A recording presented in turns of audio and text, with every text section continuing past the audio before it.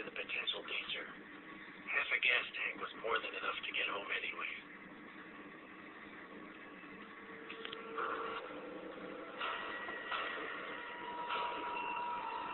I continued down the road before turning onto the main highway out of town.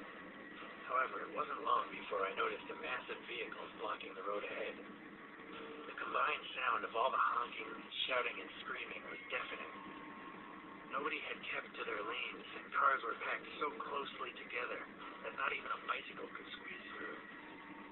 The blockage extended so far down the road that it was literally impossible to discern what the cause was.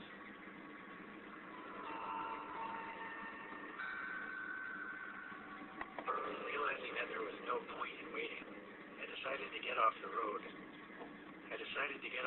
And drive through the open fields instead. At first I made good progress, and as my thoughts turned to my wife, I started driving faster and faster, determined to get home to her as quickly as possible.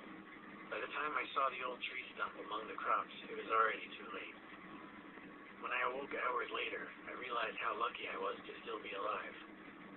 My ride was totaled, and I wasn't much better. Several of my bones were broken, and I could barely move, let alone walk. It wasn't long before one of the infected found me, and unable to defend myself, I was slowly eaten alive. Damn it. Yeah. Hold on, Mom. Alright, pull up. Continued down the road before turning onto the main highway. Okay, here we go. Wait patiently for traffic jam to clear, take the vehicle off-road, turn around, and find another route. I decided that there was no point in waiting for the traffic to clear, and that without the Jeep, driving off the road was just too dangerous. I headed back the way I came and turned off the highway at the first exit. I soon found a safer, albeit less direct route home. As I sped down the disturbingly quiet back road, my mind began to wander. Without the distraction of imminent danger, I began to remember the horrific scenes I had witnessed just an hour ago. Images of mangled corpses flashed before my eyes, and my head began to spin.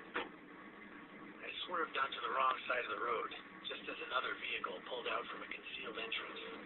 I braked sharply, but it was too late to avoid a collision. Amazingly, I wasn't seriously injured, but my ride was badly damaged.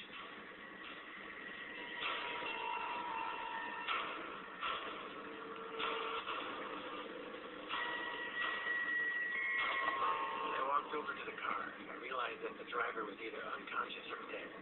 I didn't care which. I opened his door, removed his seatbelt, and dragged him out of the driver's seat, not noticing the deep bite marks on his arms and neck. Before I realized he was infected, he regained consciousness and sunk his teeth into my wrist. Son of a... I managed to escape and run off into the wood, but I succumbed to infection soon after.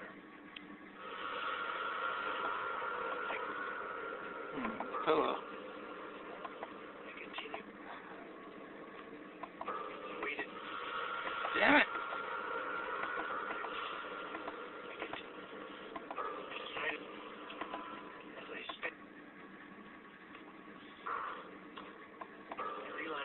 Transport, I would have to walk the rest of the way home. Not wanting to waste any more precious time, I continued my journey on foot. There we go. After half an hour of walking, I began to recognize my surroundings and knew that I would soon be home. There were several different routes I could take.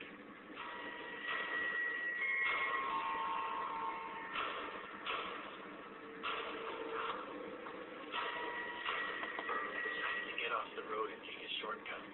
I headed into the woods, realizing that the mindless infected would have a hard time navigating the undergrowth, and that there would be very few of them in the area anyway. I finally arrived in my neighborhood, exhausted. I knew that my house was just a little further down the street, but the area was swarming with the infected. Most of them seemed distracted by what few survivors remained, but I knew it was only a matter of time before they noticed me. I remembered about a small alleyway nearby, one that would take me most of the way home in relative safety. I entered the alley, and as expected, it seemed totally devoid of life. However, as I walked past a large dumpster, an infected infected old man stepped out of the shadows and tried to grab me.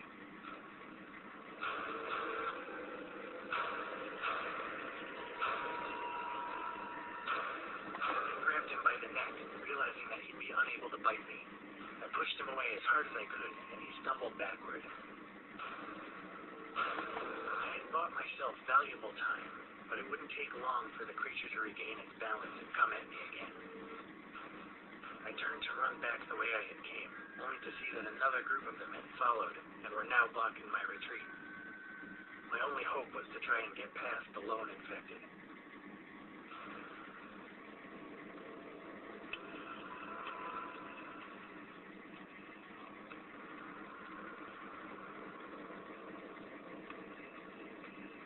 Grabbing a brick, I waited just long enough for the infected to get close before smashing it into his face.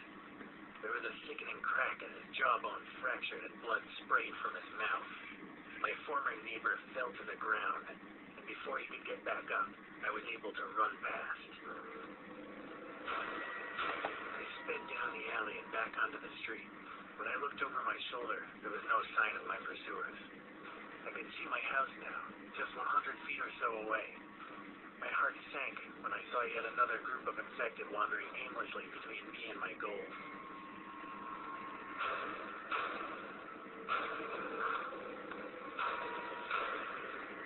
I decided I would try to sneak past the infected, using the low garden walls, shrubs, and dust bins to hide my presence from the infected. Slowly but surely, I made my way up the street. None of them seemed to notice me until the wind changed, taking my scent straight to them. The group seemed to howl in unison before charging straight towards me. I tried to run, but soon found myself cornered. I was devoured just a few yards from my own front door.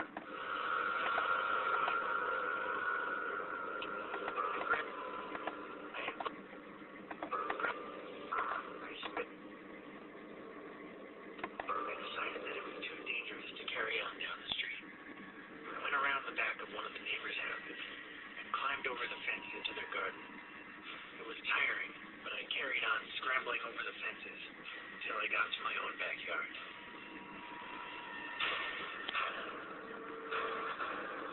As I approached the house, I noticed the glass in the back door had been smashed and the door left slightly ajar. I was terrified for my wife's safety. I realized that whoever had broken into the house could still be in there. Without a weapon, I wouldn't be able to help my wife. I headed over to the shed and checked my pockets. Luckily, I still had my keys and was able to remove the padlock and open the door. Inside, there was a wide range of tools to choose from.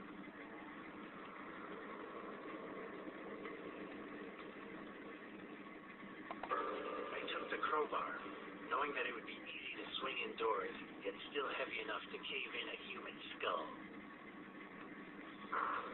With my weapon in hand, I left the shed and walked back to my house. Before I could enter, I discovered why the back door had been left ajar. A teenage looter emerged from the house carrying my television, obviously intent on profiting from the crisis. When he saw me, he dropped the TV and pulled out a large kitchen knife. At that moment, I couldn't tell which one of us was more afraid.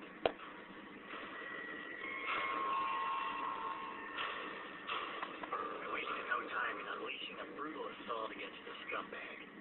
He tried to defend himself, swiping at me with the knife, but only managed to scratch my arm. In return, I rained down blow after blow upon him, and within minutes he was dead. A pool of blood oozed from what was left of his skull, staining my lawn in a sickly shade of red. Having dealt with the looter, I walked in through the back door. I was relieved to finally be safely indoors, but I couldn't rest yet. Not until I was certain my wife was okay.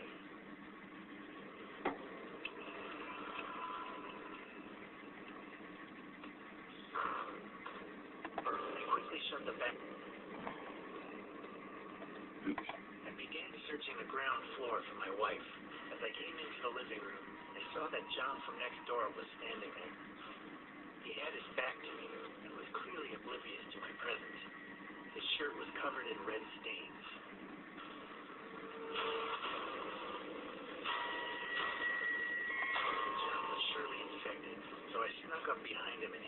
hard as I could on the back of the head. His skull made a satisfying crack, and he fell to the floor dead. I had never liked him much anyway. As I went to go upstairs, I noticed a note had been left for me by the front door. I recognized my wife's handwriting immediately. The note said that she couldn't wait for me any longer, and that she was going to pack her bags and take the car to her parents' house in the countryside. As I read the note, my heart sank.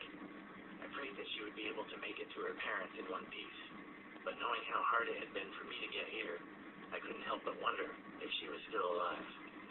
When I realized I may never see her again, I began to feel tears rolling down my cheek.